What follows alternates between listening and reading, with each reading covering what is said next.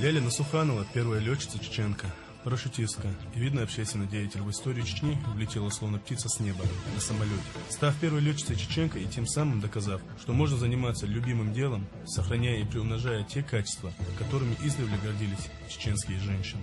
Все началось с парашютного спорта, в котором Ляля начала заниматься в 50-е годы в Алма-Ате. Девочка втайне от родителей записалась в кружок, где и зародилось ее желание стать летчицей. Рассказать о своей заветной мечте родителям она, естественно, боялась. Они в корне расходились со строгими чеченскими обычаями, и, понятное дело, выбор ее никто не одобрил бы. В те времена в авиацию женщины попадали крайне редко, не говоря о том, что среди чеченского народа это был беспрецедентный случай. Однако объяснить странное желание чеченской девочки стать летчицей очень просто. Сначала появилось желание полететь на родину в Чечню на крыльях, а после мечтать стать летчиком и, сев за штурвал самолета, улететь в синее небо, к любимым горам.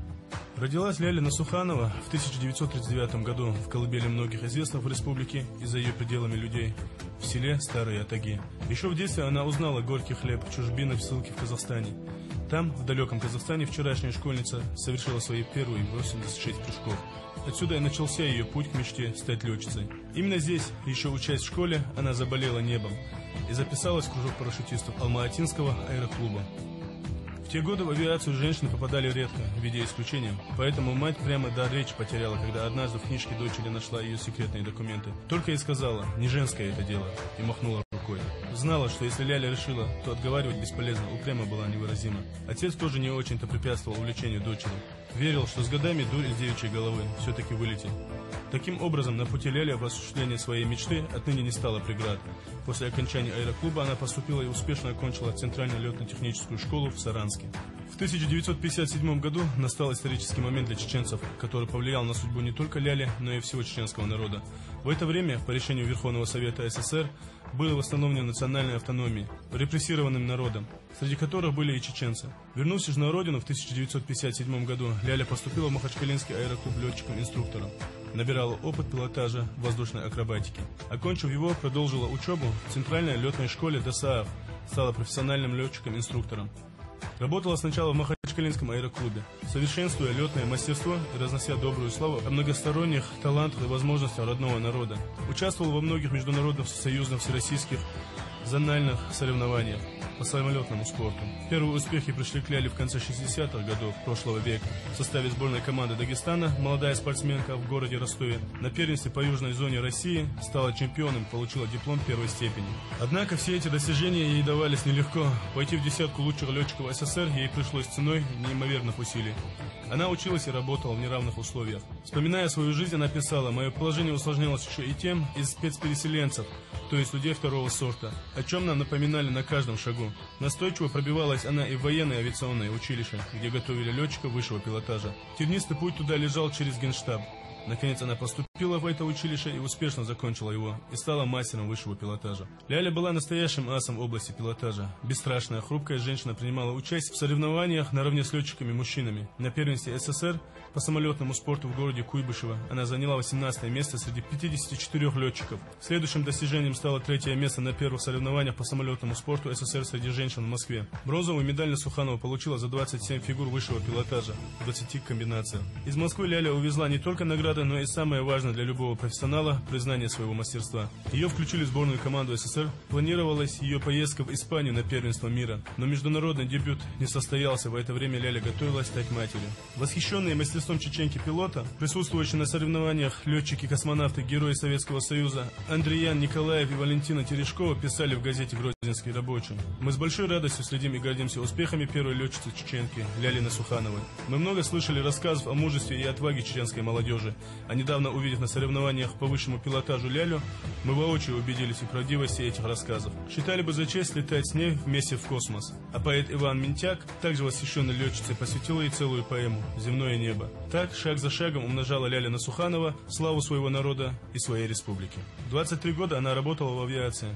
Она доказывала право женщины летать на современных реактивных самолетах. Мечтала попасть в отряд космонавтов и демонстрировала свои способности и подготовку. Ее друзья-космонавты пытались помочь ей в этом, но для включения в отряд требовалось специальное решение Центрального комитета партии. Главной помехой здесь оставалось клеймо спецпереселенца, то есть то, что она была чеченкой. Это не зависело от нее, это было несправедливо. Но ни в теории, ни в практике никогда она не была слабее лучших советских летчиков-мужчин. Она реализовала возможности своей профессии до предела. Материал «Сердце, отданное небу», в котором автор рассказывает о Ляле Битаровой Насухановой, первой летчице чеченки, заслуженном мастере спорта СССР по самолетному спорту. В 1964 году ее назначают командиром авиационного звена. До нее ни одна женщина в бывшем Советском Союзе не удостаивалась такой должности на реактивных самолетах-истребителях. 4 раза сделала она попытку попасть в отряд космонавтов Советского Союза. Но, увы, клеймо спецпереселенца давала о себе знать, сопровождая как тень, говорится в статье. Насуханова в Махачкалинском аэроклубе проработала долго, до самого перехода на гражданскую работу. В Центре подготовки летчиков ДСААФ в станице Калиновской много сил и энергии отдала Насуханова и работе в Грозненском учебно-авиационном центре. Она была летчиком-инструктором, командиром звена реактивных истребителей МиГ-17. На разных типах самолетов Насуханова налетала более 2000 часов, воспитала более 200 летчиков из разных республик СССР. Командир центра отмечал: летать любит, летает грамотно, смело. Она еще в это время заочно училась и на историческом факультете Чеченского государственного педагогического института. Но пришло время расстаться с небом. Учитывая огромный воспитательный опыт Ляли, руководство республики доверило ей пост секретаря Грозненского райкома КПСС, откуда она через несколько лет перешла на работу в областной совет профсоюзов. Работники культуры республики избрали Лялю Насуханову председателем своего обкома профсоюзов, где она и трудилась до последних дней. Однако общественная деятельность Ляли Насухановой началась не тогда, когда она по возрасту ушла из авиации. И ее выбрали секретарем Грозненского сельского райкома партии, затем депутатом Грозненского госсовета гораздо раньше. На встречах со знаменитой спортсменкой в школах, в вузах, на предприятиях зал всегда был полон. Она получала сотни писем от молодежи с вопросами, какую выбрать профессию, как стать счастливой, независимой. И ни одно из писем никогда не оставалось без ответа. В 80-е годы в гости к Ляле Насухановой приезжал Георгий Береговой, кандидат психологических наук, начальник Центра подготовки космонавтов, дважды Герой Советского Союза, летчик-космонавт СССР.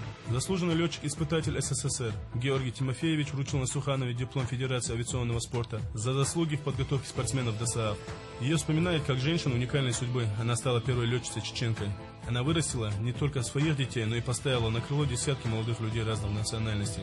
Ее реактивный МиГ летал в мирном небе. Ее личную судьбу можно было бы считать счастливой. Но вот, что бы сказала она об этом. Так можно было считать, если бы не две народные трагедии, которые выпали на мой век.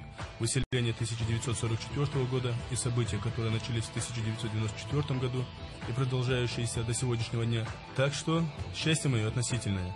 Феномен Ляли Насухановой не в том, что она стала летчицей, а в том, что она не переставала чувствовать себя частью своего народа и в полной мере осознанно разделяла его судьбу.